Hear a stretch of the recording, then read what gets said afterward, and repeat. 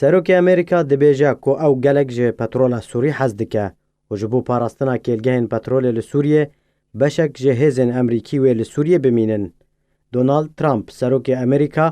دلی دوانه که روزنامه وانی در آگهاند که رجب طیب اردوگان سروک ترکیه دخوازه سردان امریکا بکه او جی به مبستا کتوبش کرنا آوا کرنا نافچه آرام لی امریکا بریار دایا بشداریه ده نافچه آرام ده نکه. سروک امریکا درباره کلگهن پترول لسوریه راگهاند که امریکا دخوازه کلگهن پترول لروشالات چم فراته بپارزه و جبو وی چنده جمارک هزین امریکی وی لروشالات چم فراته بمینن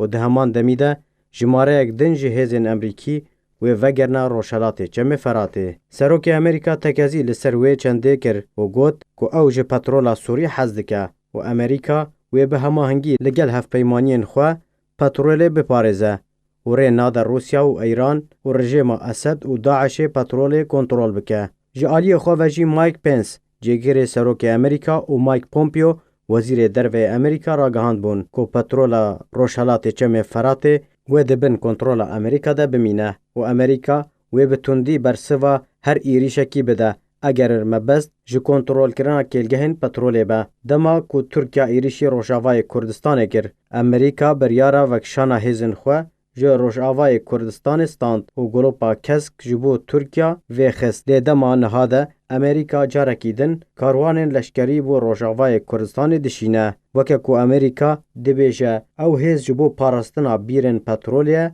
لی روشالات چم فراته.